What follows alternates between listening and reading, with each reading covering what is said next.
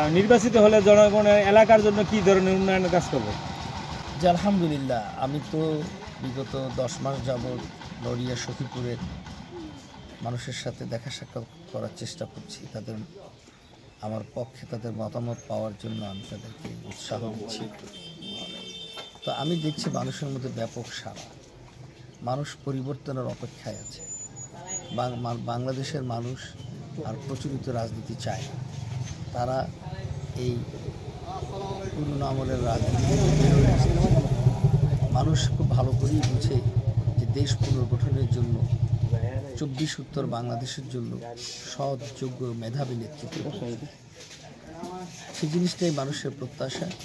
এবং আমরা মনে করি যে আমরা বাংলাদেশ জামাত ইসলামীর পক্ষ থেকে মানুষের সে প্রত্যাশা পূরণ করতে পারব। এখানে যেটা সমস্যা আপনাদের নড়িয়া সখীপুরে আমরা যেটা দেখছি, সেটা হলো সবার আগে নড়িয়া ব্রিজটা হবে। নড়িয়া ব্রিজটা হলো সবচেয়ে বড় প্রয়োজন। আপনারা জানেন 2 মাস আগে আমি পরিকল্পনা কমিশনের সচিব সাহেব ডক্টর মুস্তাফিজুর রহমান সাহেবকে এখানে পরিদর্শনের ব্যবস্থা করেছিলাম। আমি নিজে ছিলাম সেখানে এবং উনি কথা দিয়েছেন সহসাই নড়িয়া ব্রিজ দৃশ্যমান হবে ইনশাআল্লাহ।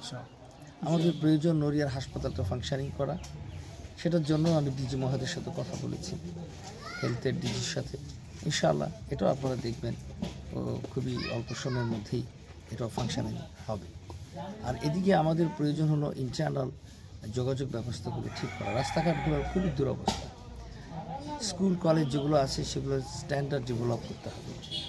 আমার পরিকল্পনা হলো শরীয়তপুরের জন্য যে ইপিজেড প্রকল্প এবং কৃষি বিশ্ববিদ্যালয়ের প্রকল্প বিগত সময় পাশ হয়ে আছে, আমরা সেটাকে বাস্তবায়ন করতে ইনশাআল্লাহ। সেটা যদি আমরা বাস্তবায়ন করতে পারি, এদেশে যুব সমাজের চাকরির ব্যবস্থা হবে। তাহলে যেটা হবে যে মানুষ অনেক বেশি স্বাচ্ছন্দ্য বোধ করবে, আর্থসামাজিক উন্নতি ঘটবে।